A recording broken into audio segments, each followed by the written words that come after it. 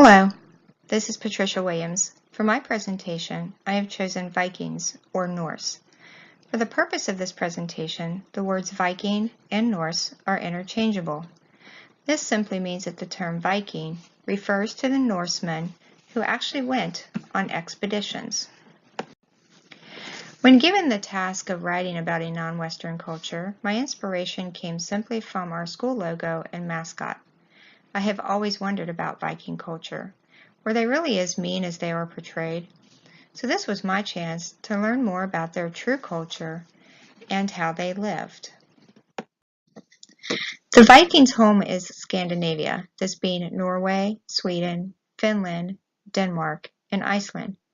The Vikings did for a short time settle into what they called Vinland, which was located in North America, where the Viking explorer Leif Erikson first landed centuries before Christopher Columbus came to America.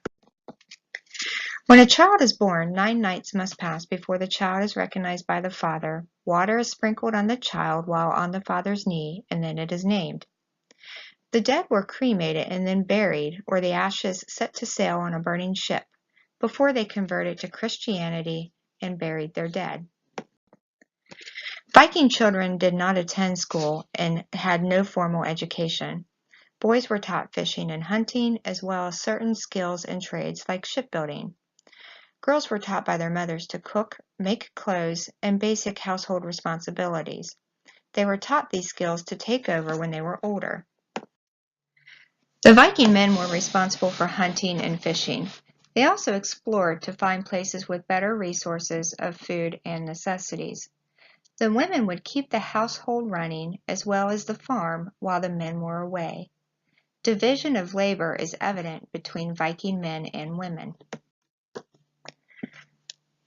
Marriage usually consisted of arranged marriages with a dowry or bride price to be paid to the woman's family. There were formal ceremonies. Men were only fined a small amount if caught with a woman besides their wives. Women could certainly divorce their husbands. It is estimated that of the 5,000 basic words in the English language, as many as 20% are words from Old Norse language which was spoken throughout Scandinavia. However, true Vikings did not record any history other than on ruin stones, which we will discuss in a future slide. Viking religion was pagan, and they were considered heathen. They believed in mythological gods and believed in the realms of Valhalla and Helheim. Today, Asutra is a revived religion from Old Nordic and is evident that the Norse are working to preserve their ancestors' religious beliefs. The hierarchy of the Viking governance includes at the top a king. Below the king is a chieftain. The Viking government was well organized, and law and democracy actually grew out of the roots of the Viking government, and they did this with no written rules. They would just gather at a meeting called the Thing. The Vikings, having no refrigeration, used other means to preserve their food. They used salt to preserve fish. They also baked a lot of bread and ate what they grew in their gardens. No recipes were written down, but many recipes were passed down orally through generations, and many dishes still exist in Norwegian culture today. Vikings are famous for their shipbuilding, and it's still marveled over today. Long ships were used on many expeditions and raids. The boats were elaborate sailing vessels, sometimes adorned with a dragon's head at the bow of the ship. With full sails, the ships were swift and easy to maneuver. The Vikings used their shipbuilding skills to travel the surrounding countries, even as far away as North America. The Vikings must have used the sun and stars to guide their expeditions, as there were no compasses to guide them. The Vikings fished to feed their families and villages. Fishing is still a part of Scandinavian culture today. It is indicated that the Vikings left their homeland to explore other areas because their land had a harsh environment that limited their resources.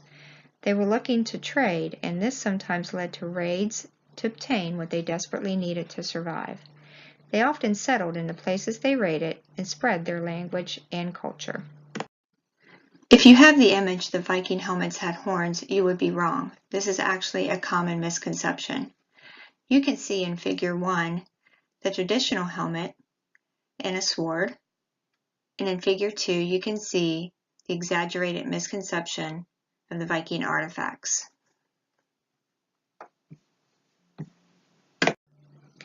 Runestones are found all over and contain messages written in the rune alphabet of the Vikings.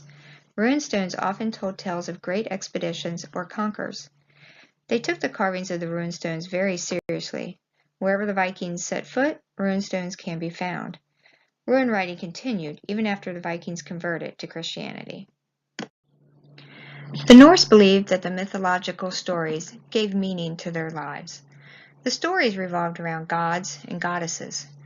These stories are even evident in today's society with comic books using some of the Norse gods in their stories, such as Thor, Odin, or Loki, and tales in the 9 realms.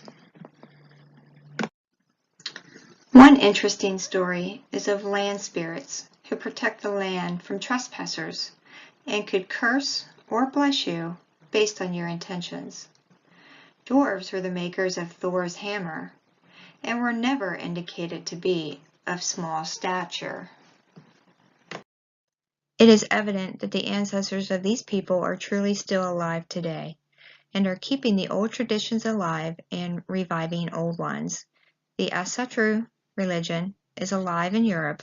The language Old Norse is a member of the Germanic family of languages, which includes English and German, still spoken today. This concludes my presentation on Viking Norse culture. I hope you enjoyed it.